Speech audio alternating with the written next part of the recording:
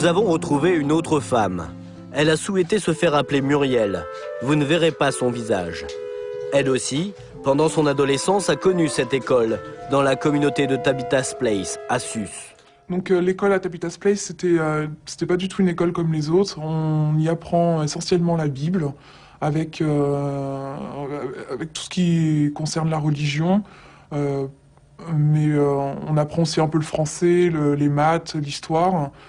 Mais c'était très minime comparé au programme scolaire normal. Et qui dispense les cours alors? Donc ce sont des personnes quelconques qui n'ont pas de diplôme. Ça aurait pu être moi à l'époque de maintenant. En étant adulte, j'aurais pu être prof alors que j'avais aucun diplôme. Dans ce document interne de la communauté que nous nous sommes procurés, il est expressément stipulé: donner au système scolaire une part de responsabilité dans l'instruction de nos enfants serait une infidélité envers Dieu. Toute collaboration avec ce système éducatif reviendrait à accepter de compromettre notre conscience. L'école interne est donc revendiquée et l'isolement assumé. Vous étiez au courant de ce qui se passait à l'extérieur? Non, pas du tout. Par exemple? Au niveau, j'étais jeune en même temps, donc je m'intéressais pas encore à la politique, mais ne serait-ce qu'au niveau des guerres, au niveau de la politique, au niveau... je savais même pas qui était le président de la République, Non. Puis là-bas, c'est comme si c'est pas important, la vie extérieure est pas importante, puisque la vie extérieure, c'est beaucoup géré par Satan, donc c'est pas nécessaire de connaître. Pourquoi, Muriel, vous avez décidé de témoigner en dissimulant votre identité? Parce que j'ai encore de la famille là-bas, et donc j'ai peur des représailles, qu'on les change de communauté dans n'importe quel pays, et que je ne puisse plus jamais les revoir. Des enfants coupés du monde. Une école au sein d'une communauté religieuse, avec ses propres programmes et ses propres professeurs sans diplôme. Nous sommes allés demander des explications à l'Éducation nationale. Direction, l'inspection académique d'Oloron-Sainte-Marie. Philippe Wolf est en charge de ce dossier. Chaque année, les connaissances des élèves de cette communauté sont évaluées. Voilà en fait le type d'outil qui nous permet de recenser les différents éléments. On a les exercices produits par les enfants, on a les textes sur lesquels ils ont travaillé et sur lesquels ils ont répondu aux examinateurs. Sur les différents domaines, maîtrise de la langue, mathématiques, ouverture au monde, etc. Et alors, quel est le verdict pour les enfants de Tabitha? Écoutez, sur 12 enfants de la communauté, on peut constater une hétérogénéité de niveau avec des enfants qui réalisent un certain nombre d'acquisitions dans le domaine des savoirs instrumentaux, lire, écrire, compter. Sur l'ouverture au monde, comme chaque année, on constate une ouverture au monde assez limitée. En France, il est tout à fait légal d'enseigner à domicile à ses enfants. Une déclaration à l'inspection académique suffit. Mais la loi du 5 mars 2007 est très restrictive. L'instruction dispensée dans un même domicile n'est possible que pour les enfants d'une seule famille. Donc le parent s'engage en fait à enseigner à son enfant à la place d'un professeur. En revanche, à Tabitha's Place, ses enfants sont ensemble. On n'est pas dans l'enseignement à domicile en tant que tel, on est plutôt dans une école qui existe au sein d'une communauté. Une école, elle est reconnue. Et là, vous la reconnaissez pas? Elle n'est pas reconnue. Donc on ne peut pas dire que c'est une école. Pour que ce soit une école, il faudrait que ce soit reconnu par l'IA et le recteur. C'est pas le cas. Donc à la limite, on est sur un regroupement d'enfants, ils sont enseignés par des parents dans le cadre de la procédure d'instruction à domicile. Et on joue sur les mots. Ouais. On joue sur les mots. Et ça arrange tout le monde. C'est un compromis, concrètement. On sait très bien que si la justice marque le pas et accélère la pression, on a des fuites à l'étranger. En clair, l'école de la communauté de Sus est hors la loi. L'État ferme les yeux pour garder un contact avec les enfants. Pourtant, l'éducation nationale ne profite pas de ces examens pour contrôler la santé des élèves. Est-ce que vous êtes accompagné de médecins scolaires qui voient les enfants?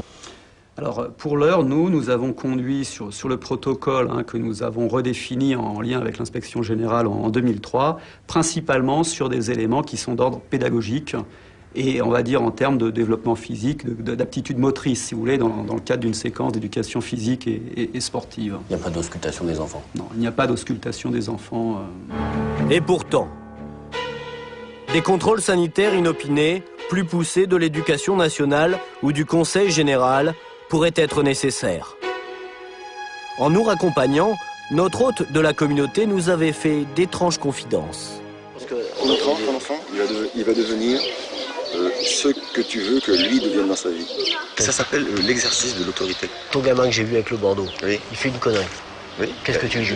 Je prends une petite baguette et puis je lui dis maintenant, bon, tu sais que tu as besoin d'être corrigé parce que ce que tu as fait, c'est pas correct. Donc qu'est-ce que tu fais dans ce cas-là? Donc je le discipline. Mais je le discipline en m'assurant que lui, il sait que c'est juste qu'il soit discipliné. Avec une baguette? Avec une baguette, oui. Et donc il se penche et puis sur le fesses, je lui mets 3-4 coups de baguette et puis tu vois, et puis au fond de lui, ça Doucement fait, ou ça fait mal? ça fait, bon, faut quand même lui faire suffisamment mal, faut pas non plus exagérer. Semblant, ouais. Il faut quand même que ça le fasse sentir que ce qu'il a fait que c'est pas bon, pour que ça puisse le dissuader en quelque part au fond de lui de devoir recommencer. Mais ça veut pas dire que parce que tu le disciplines une fois, que ça veut dire qu'il va changer tout de suite. Donc c'est un processus dans le temps. Ça veut dire qu'il faut discipliner plusieurs fois. Voilà, oui. Des enfants corrigés au nom de Dieu. Muriel a bien connu cette discipline-là. Mais à l'entendre, c'est beaucoup plus qu'une éducation à l'ancienne. Moi, je me rappelle, je voyais un petit garçon qui était discipliné bien une vingtaine de fois, oui. Donc, oui, par jour. Par ses, en fait, par ses parents? Oui, par ses parents, par le pseudo-professeur. Tout le monde avait accès à la baguette. Est-ce que c'était un processus humiliant de se faire discipliner? C'était très humiliant de se faire discipliner. On me demandait de m'excuser en même temps. Donc la personne me parlait, me disait voilà, t'as fait ça, c'est pas bien, nanani, nanana. Alors moi, je devais dire oui, merci de me discipliner, merci. Il faut accepter la Il faut punition. accepter la punition et la remercier.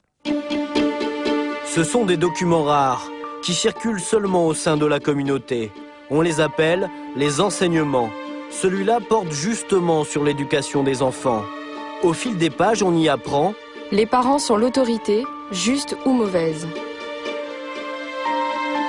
L'enfant doit payer pour ses propres péchés, avec sa propre souffrance. Vous devez lui faire assez mal pour produire le résultat désiré. Le châtiment est la force physique légitime dont les parents doivent user en corrigeant ou réprimant la rébellion d'un enfant. Les enfants d'Anne-Marie et Michel sont restés, eux, 5 ans sous l'emprise de cette discipline. C'est la première fois qu'ils racontent ce qu'ils ont subi. Qu'est-ce que t'aimais pas dans la communauté? Qu'on corrigeait. Ça veut dire quoi, corriger? Qu'est-ce qu'on faisait? Quand on prenait une baguette, puis on tapait. C'était toi qui tapais? Non. C'était toi qui te faisais taper? Par qui? Quelquefois mon père ou les autres. Pourquoi il te tapait? Parce que je parlais quelquefois. Parce que tu parlais? Ouais. C'était une grave faute, ça? Ouais, parce qu'on faisait des activités. Et t'avais pas le droit de parler? Ouais. Ça a fait mal? Ouais. Et ça arrivait souvent? Ouais. Combien de fois? Je sais pas, environ 3 fois dans la journée. 3 fois dans la journée?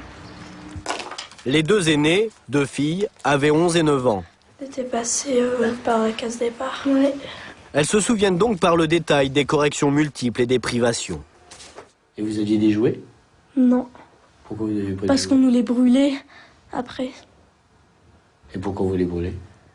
On n'avait pas le droit d'en avoir. Est-ce que vous avez demandé souvent à vos parents de partir de la communauté? Non. Et vous en aviez envie? Oui. Souvent j'allais aux portes et je voyais l'école en face, l'école primaire. Et je me disais, ça doit être bien là-bas avec eux, quoi. Et j'ai pensé déjà. Tu voulais t'enfuir? Oui. Mais je savais pas comment.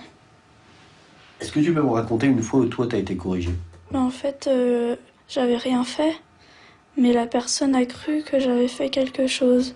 J'avais levé les yeux par la fenêtre parce qu'on était assis par terre, et elle a cru que j'avais levé les yeux au ciel. Ça, c'est interdit. Bah oui, mais je savais pas ce que c'était, lever les yeux au ciel. Alors la personne, elle m'a dit, t'as levé les yeux au ciel, viens derrière le tableau. Et elle m'a dit de baisser mon pantalon et tout. Je me suis dit, mais j'ai rien fait moi, pourquoi elle me fait ça? Et j'avais rien à dire, quoi.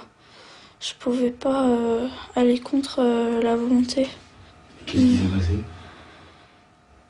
Bah, après, j'ai dit à mes parents que j'avais rien fait et que cette personne n'avait pas le droit de me faire ça.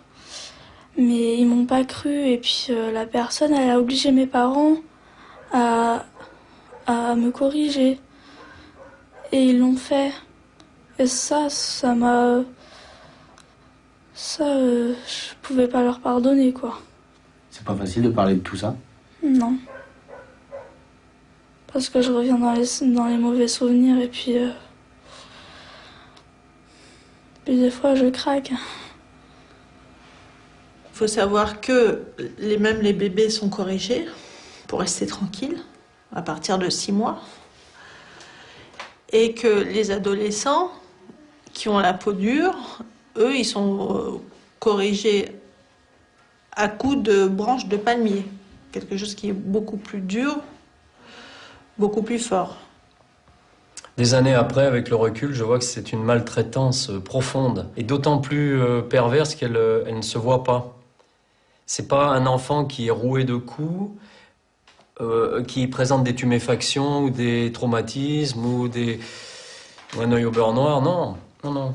Il s'agit d'un enfant dont on brise quotidiennement depuis sa naissance la volonté, l'indépendance, l'épanouissement, la liberté de choix pour sa vie future. Tout ça, il n'en a même pas idée. Est-ce que vous en voulez pour vos enfants? Oui. De leur avoir fait subir ça? Oui. C'est clair que les enfants, ils auront ça dans leur passé. Donc c'est en nous, on y pense tout le temps. C'est en nous. Une seule fois en 5 ans, Anne-Marie et Michel ont été autorisés à aller voir leur famille. À leur retour, la communauté les met à l'écart.